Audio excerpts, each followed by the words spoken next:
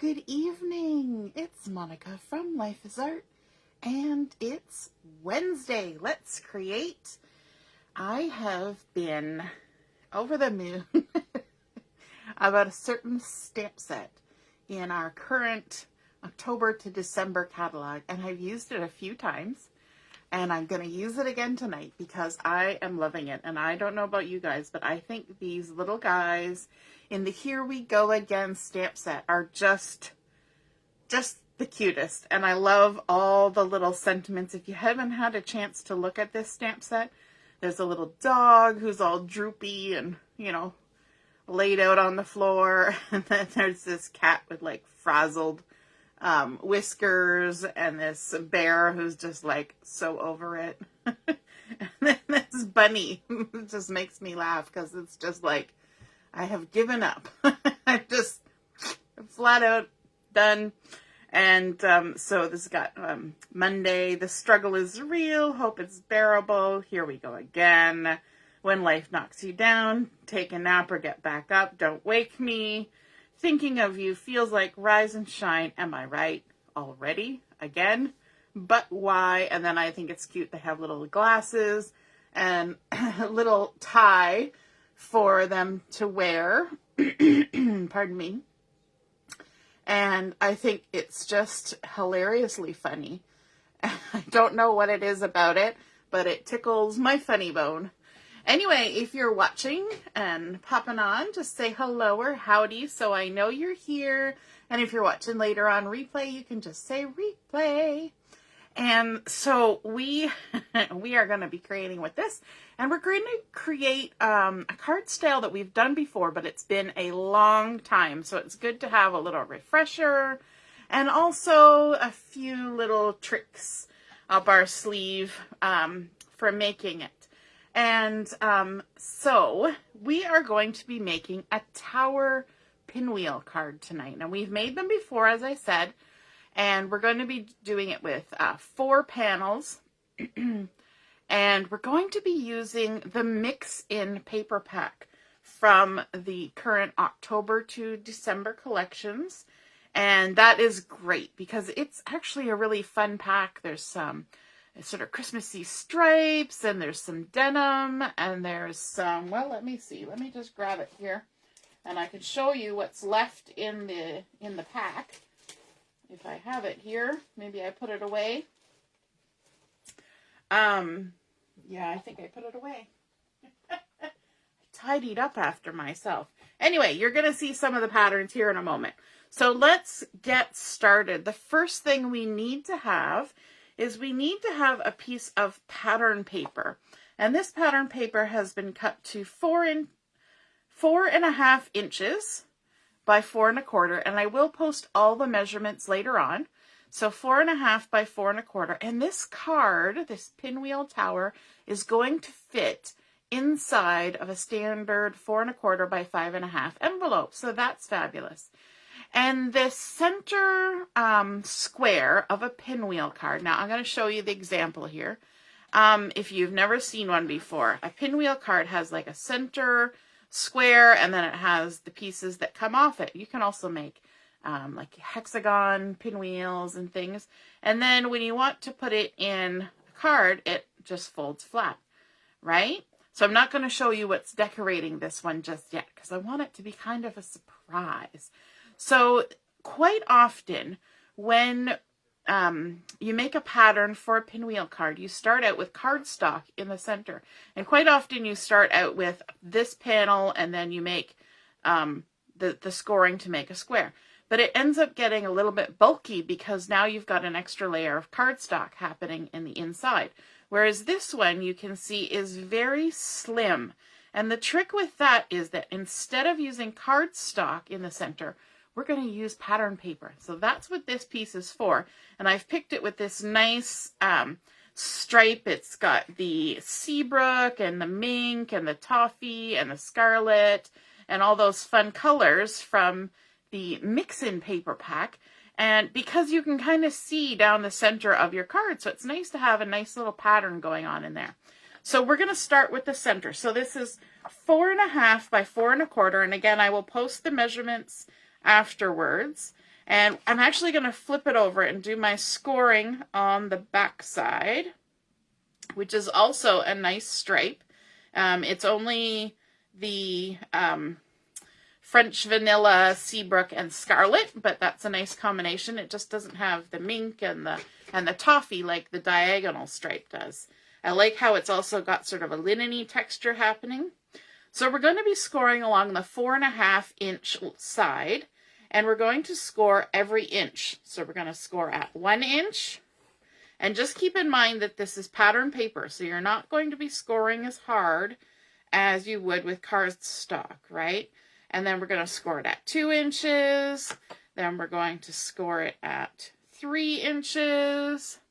And then we're going to score it at 4 inches. So just on every inch. And then we'll end up with a little 1/2 inch at the end, and that will be our tab to put it all together. So now what we're going to do is we're going to now fold on these score lines, and we're going to fold with the pattern that we want showing to the inside. So just going to fold that first 1 inch line, and I want to make sure that I'm lining it up top and bottom in case my ruler wandered.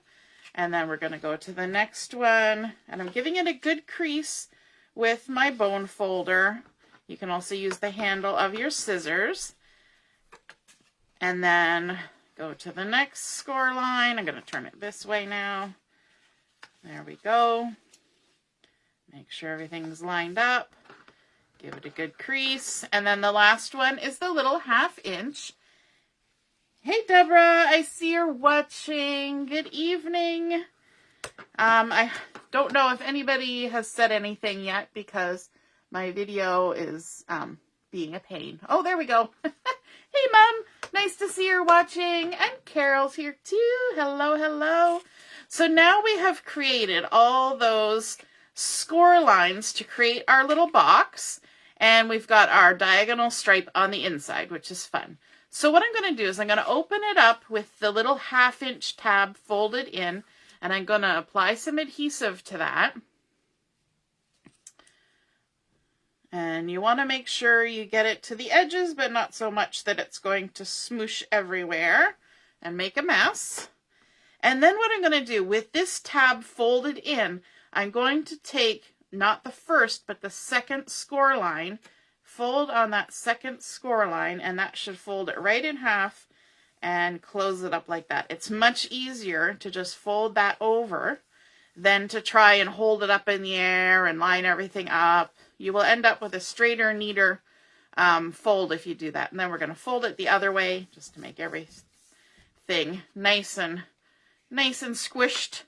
And so now we have our little square for the center of our pinwheel tower. That was pretty easy, and it's got a nice little pattern on the inside. So now we need to start attaching the panels that come out of the center.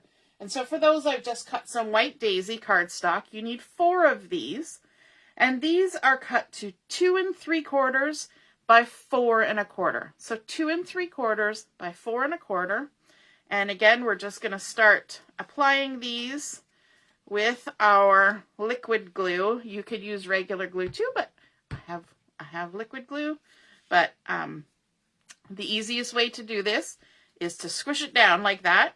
But we're only going to put the glue on the left side.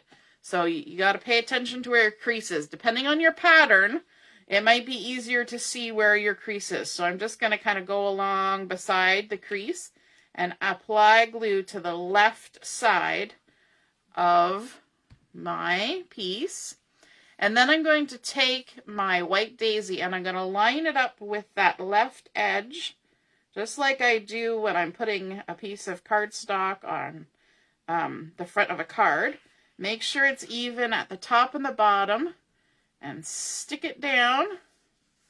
There we go. Give it a good press. Make sure everything's stuck down. If any glue oozes out, you can kind of get rid of that.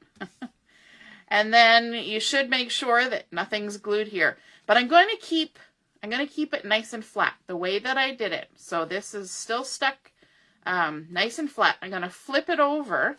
And now this time I'm going to apply the glue on this left side.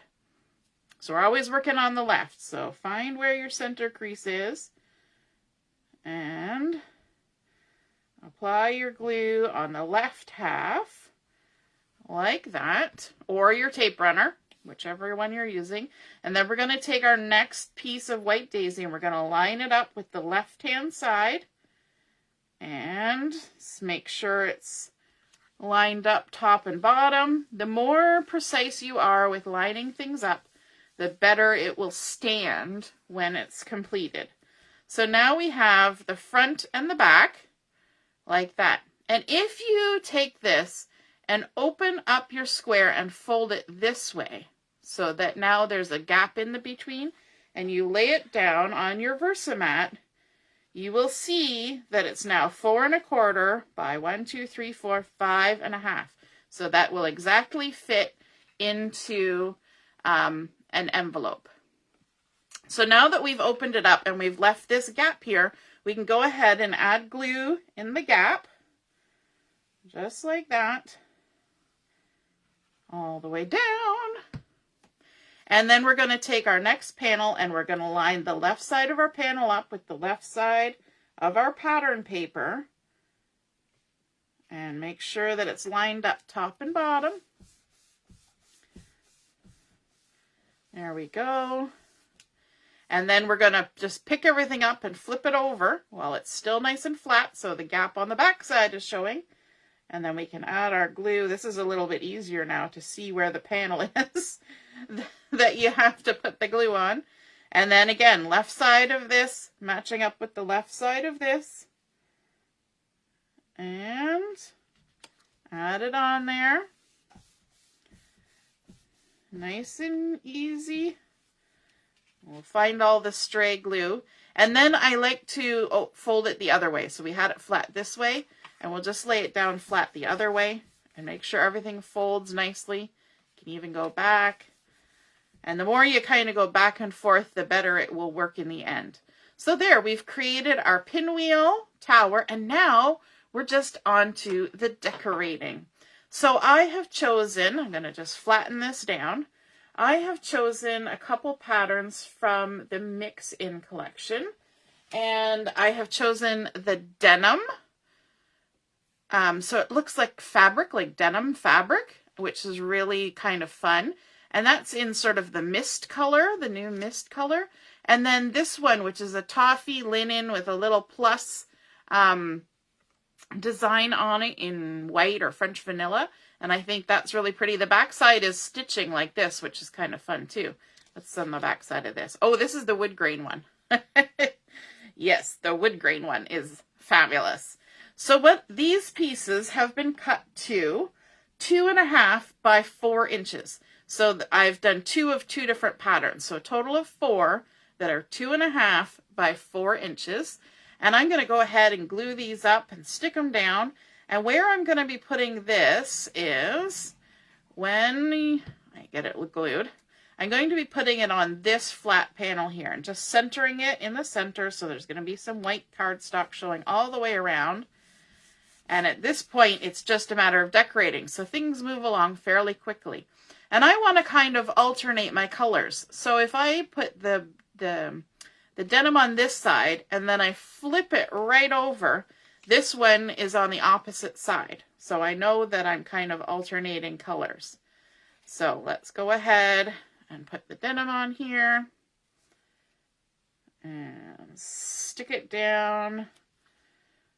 If you like this sort of mist color, the mist glitter paper is gorgeous, just saying.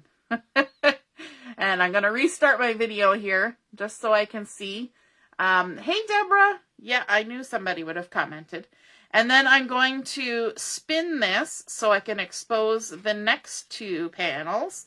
And I'm going to add the toffee on here. Blue and brown are favorite colors of mine. So I have a tendency to gravitate towards blues and browns. And they go nicely together, so that works out well. If you're ever wondering what other colors might go with a paper collection, you should always look at the mix-in packs, because they might give you another suggestion of things that would go well with other things.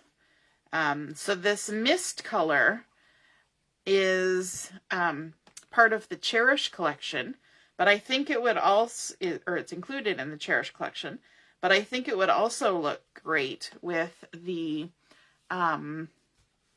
Christmas Story one, because there's Harbor in there, and the Harbor and the mist seem to go really well together.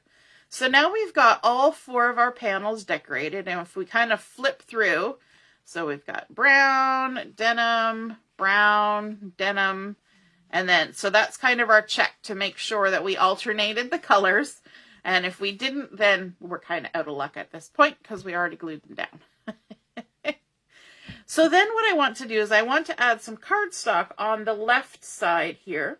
And so I've chosen Scarlet because I think it looks really nice with the 2 colors that we're working with.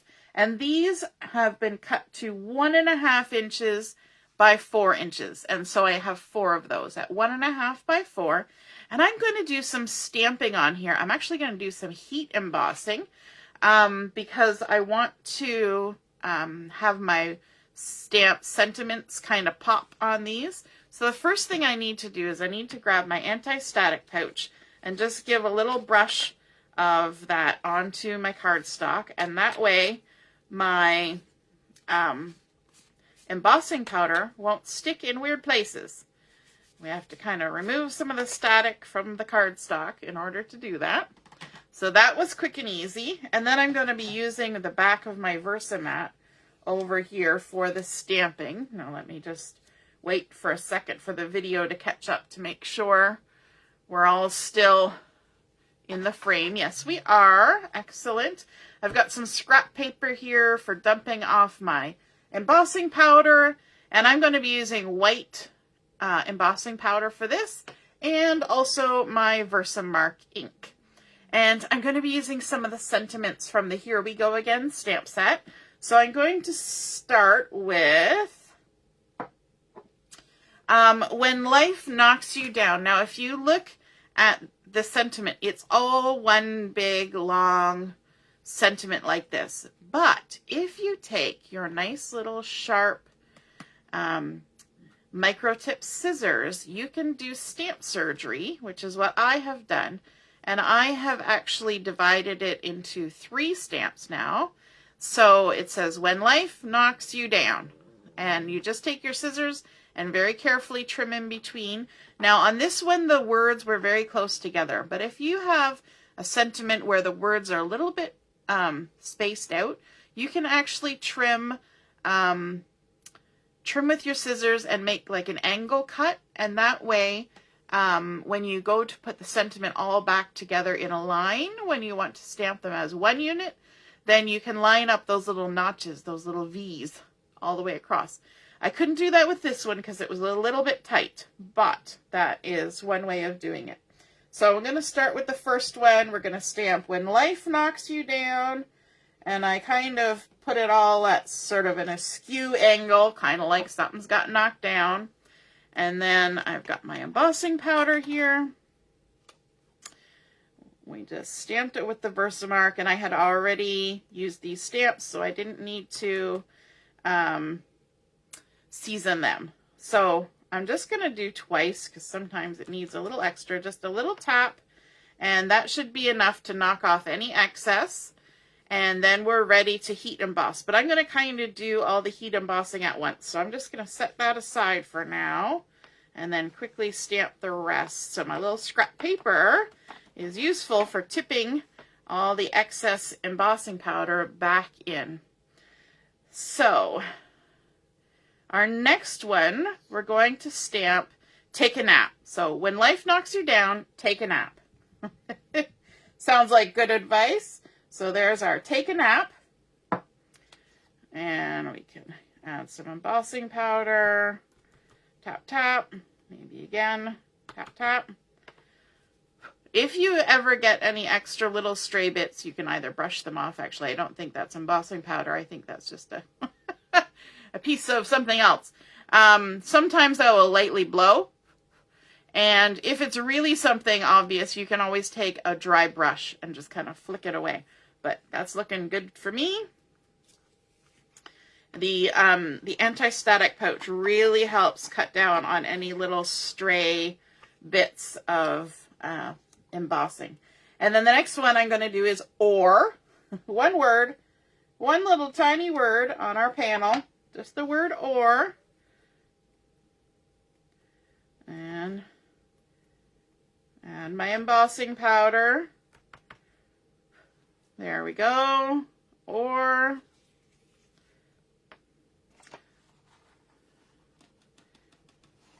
And then the last one is get back up. So we're going to just stamp that on there. So it's kind of one of those ones where you can just keep flipping from one side to the next, reading through the sentiment, right? And on this last one, because it's just a small little sentiment, there's the room for you to, you know, write your name and whatnot. But if you need extra room, you can always, you know, put your stamping somewhere else or stop your stamping before you get to the last panel. Just stamp your sentiment so that you have the or get back up on the same one. And then you have a free panel for adding a message. So I think this is kind of fun because it's kind of tongue-in-cheek. It's a bit encouraging and also a bit like, but why, right? So now we're going to take our heat tool. We're going to let it get warmed up a little bit. And I like to lift up my item that I'm heat embossing so it's not touching my surface. And then I bring my heat tool to it. And there's no need to shake your heat tool around. It's actually not good for your heat tool to get, you know, jostled around. So you just hold it there and the heat's going to blow across and it's going to change from dry and powdery to shiny and white. There we go. And once it's hot, it actually does not take long. The other thing is, by keeping this up off your work surface, you're protecting your work surface from the heat, and you're also allowing the heat to kind of swirl around your paper, and it actually does emboss quicker when you do it this way. So we'll just finish these last ones up. I love heat embossing. You guys see me do it all the time. I think it's just kind of fun, especially when you want to write on a darker color. Makes it so easy. The other thing that you can do is not point the heat tool at your hand. And some people like to use tweezers to hold their item when they're heat embossing. I tend to be sort of asbestos fingers and just kind of point it away from my hand. But it does get warm, so be careful. And it's almost done. There we go. And my other piece of advice is when you've been using your heat tool, always set it down somewhere safe. The outside doesn't really get hot, but maybe the end would get hot. And always unplug it. Don't leave it sitting plugged in your craft room. You know, it's surrounded by papers and flammable things, and you just never know. I always unplug my heat tool before I leave my craft room. Now that you can see there's a little bit of residue on the paper from the anti-static pouch. And so the fancy way that I deal with that is I just kind of rub it on my pants. Rub it off. It's just a little dusty bit and it will come off your pants, no problem. Or if you're the kind of person that wears a craft apron, that's another way to get rid of it. Or I suppose you could use a tissue or something like that. There we go. Okay, so let's put these in order. We've got when life knocks you down, take a nap, or get back up. Or you can do it the opposite way. You can say take a nap, or get back up, or take a nap. Maybe we'll switch that around. Maybe we'll do get back up, or take a nap. Yeah, that might be fun. I did it the other way on the other card, but hey, we'll mix it up.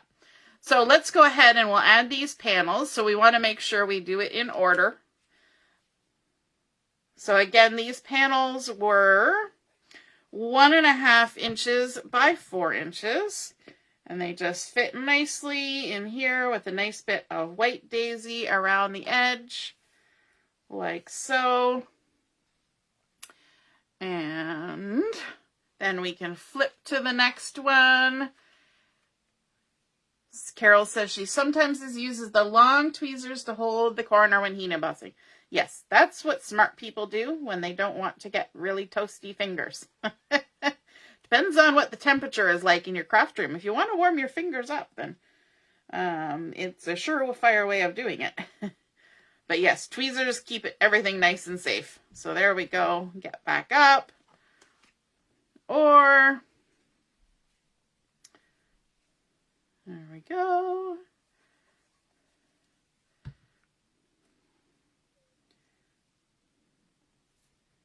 Or, and then take it up.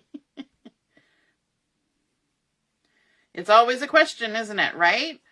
Are you going to get back up, or are you just going to be like, we're just going with it? Some days, it's easy to get back up, and others days, you're like, yeah, I'm just going to stay here for a moment. I'm going to have a hot moment here and just hang out with my thoughts. Okay, so we've done all that. Now I wanted to bring in the fun critters because, oh my goodness, the bear, the dog, the cat, the bunny, just so sweet. And so I have gone ahead and I have stamped them onto cardstock so that we're not really requiring any major coloring to happen, but we're going to do a little bit. So we've got some espresso here, and we've stamped the little bear, and I even included the little tie and shirt collar for the bear. And we've got the bunny, and I've stamped him on Mink. Mink? Yes, Mink. And, oh, this is something interesting.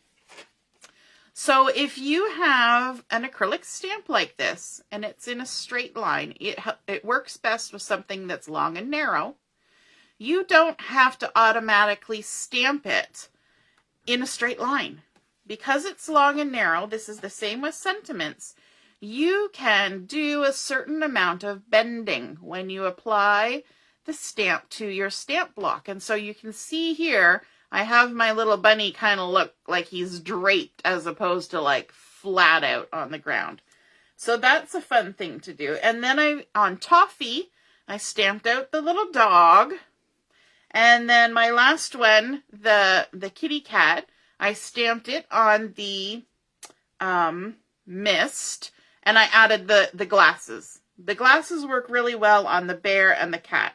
Not so much, they kind of work on the dog, but it's better on the bear or the cat.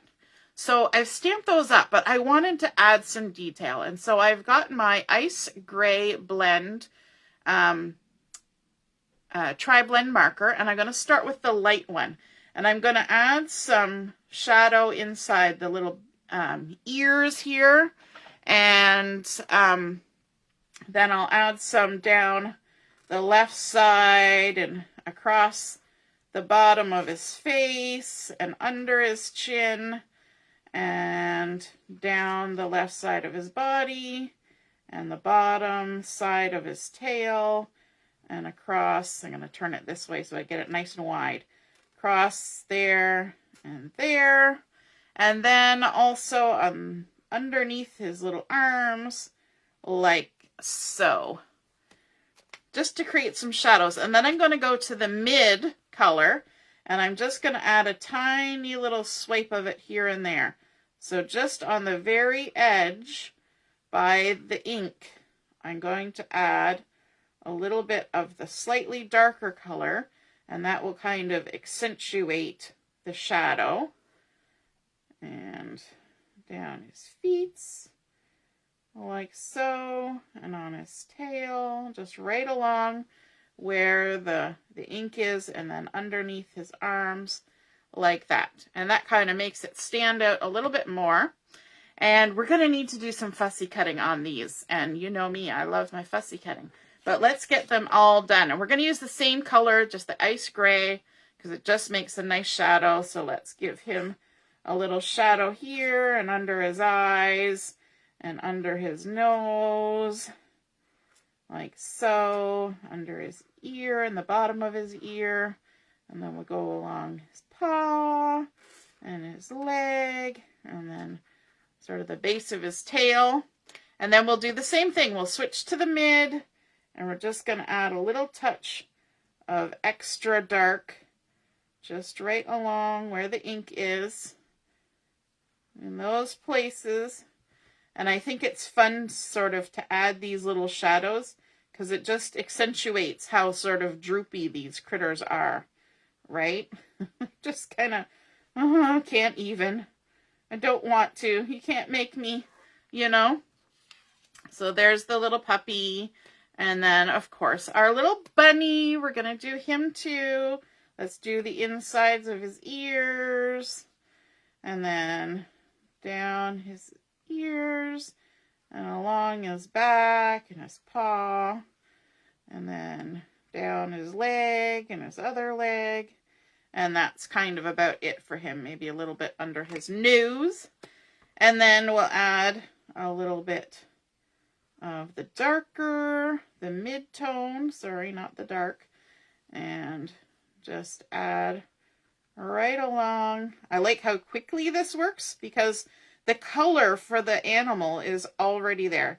And I tried to pick sort of neutrally colors. I mean, there's not too many blue cats, but there are some that are kind of blue. Maine Coons, I think, are kind of blue. So I'm going to do inside of the bear's ears and along the bottom of his face and then under his chin as well, down the left side. And I'm trying to keep it consistent for all of them so that you're kind of making shadow in the same spot. And then under his arms, like that. Then we're going to switch to the dark and then or the mid, sorry, the mid. I keep saying the dark. I mean the darker one. And then add some extra there. And along the side. And the foot. Across the bottom. And under his arms. Oh, and maybe a little bit around his tie too. Go under the collar and the left of the tie. Just makes them a little bit more dimensional. Okay, so now we need to do some fussy cutting, and I usually take my time, but I'm going to try and do this a little bit quick because I have a bunch of them to show you. I had kind of meant to do all but one, so you only had to watch me fussy cut one, but Mom was doing taxi duty, had to deliver a cadet to LHQ for administration night. He works in supply on administration night, and so had to drop him off. So I didn't quite get it all there.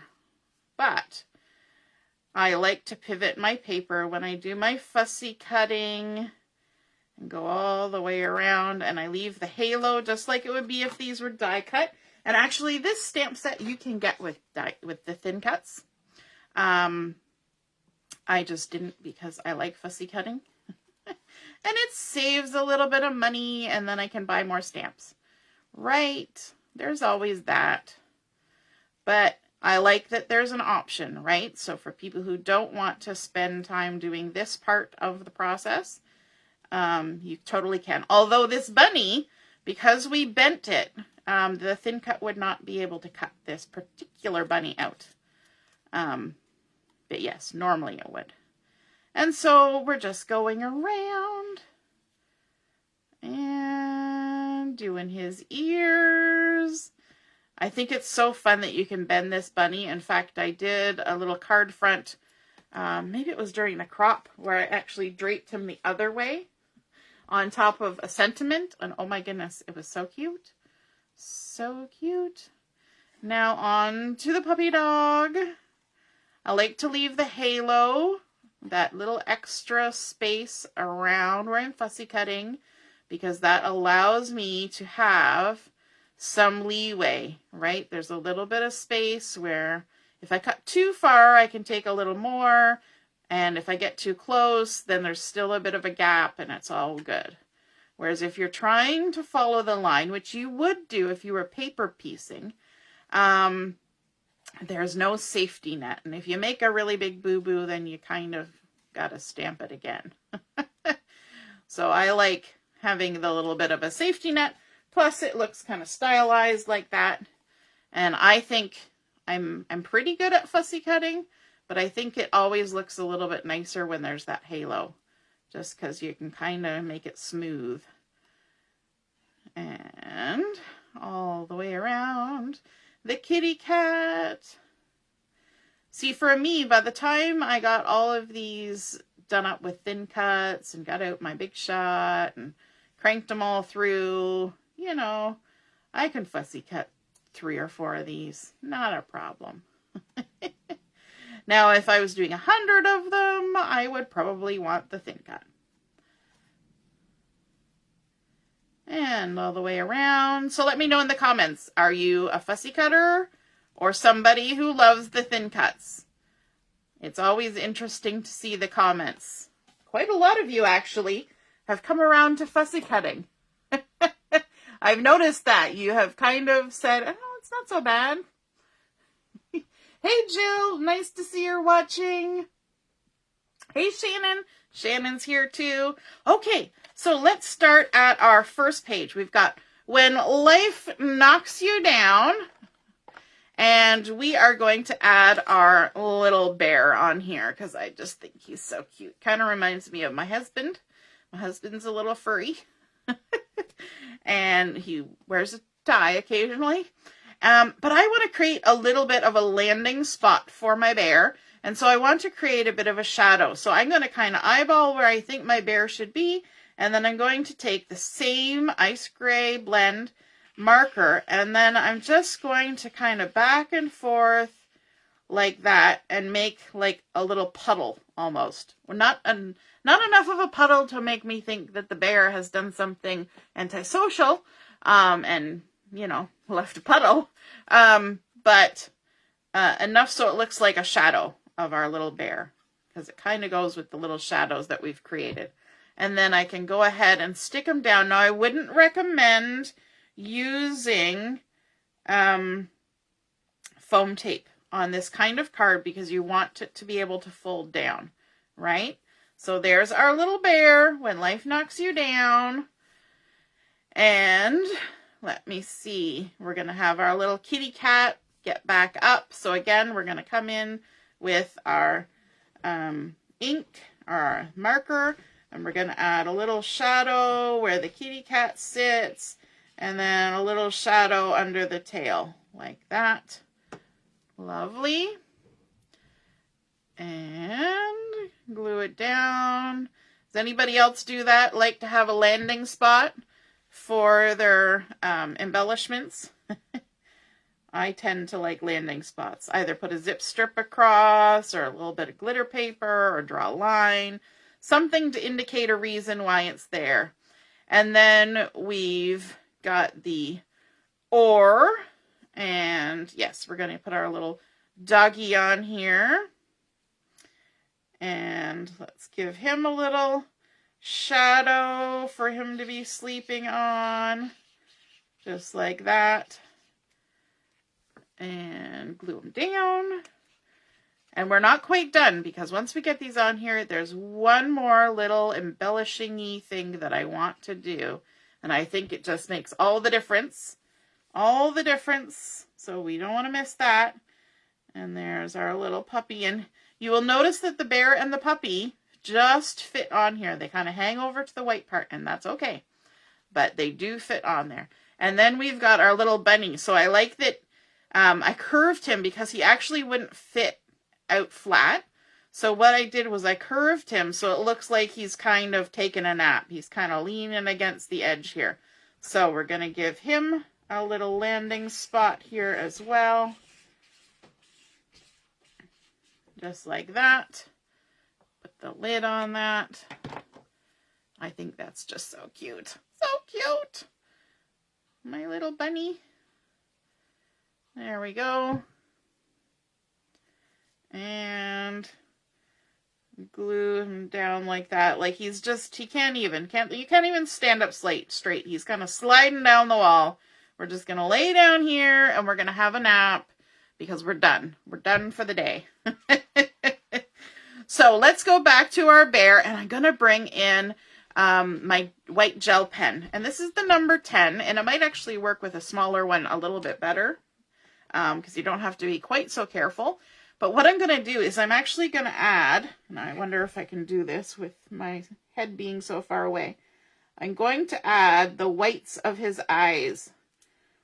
And you want to make sure you don't cover up the black part of his eye because then he'll just look kind of weird. But there's the little whites in his eyes. You see how that just makes his face pop? And then we're going to add a little bit of white to his shirt collar. And you want to stay in the lines. So you kind of have to move it around a bit. Stay in the lines so that you still have the lines. Right? You're just coloring them in. So we've got our little white shirt collar. And then since we're going at it, we may as well add a little bit of white to these stripes on his tie. And there we go. So doesn't that just look so cute now with that little bit of the white gel pen? I think it's just so cute. Now I'm going to want to be careful as I flip that gel pen is kind of setting. So I'm going to put my finger underneath here so that it doesn't push right down. So for our little guy here with the glasses, I think we could just make, you know, kind of those little reflection-y lines on his glasses, just like that. So he's got just little reflections because he doesn't actually have any whites to his eyes. He's just got little eyes. And then our puppy dog, we're going to give him some little whites to his eyes too. And I'm trying to do this up in the air so I don't mess up all the other ones. You could do this ahead of time and let it dry, but you know, there we go. So cute. And then, of course, our bunny. We're going to add some from our bunny too, just to his eyes. I'm going to turn this a little bit. I always find it's a little bit easier to go from a curve position. There we go. The little whites in his eyes. Oh my goodness, so sweet. All right, so that is our pinwheel card. And let me show you from the one that's already dry. Although it's a little bit different order, but see how nice and thin that gets? So it will easily go in the mail for just one stamp. We've got When Life Knocks You Down, Take a Nap, or Get Back Up. And then you go back to When Life Knocks You Down. But it's cute because you can put it on display. Wouldn't that be a cute one to have on your desk at work? So here's the other way of writing it. We've got When Life Knocks You Down, Get Back Up, or Take a Nap. They just make me laugh. It's just so cute. So I hope you guys enjoyed seeing these cute pinwheel tower cards come together. And of course, this kind of card you can decorate any way you want, right? You just need the measurements and the method, and then sky's the limit, right? You could have snowmen on here for the winter. You could have birthday messages. You could have just about anything you want. And you can decide where you're going to leave a blank spot for writing the message. And it's just so fun. And I love that it folds right flat. All right. Have a wonderful evening, and we will see you again soon. Toodaloo. Bye.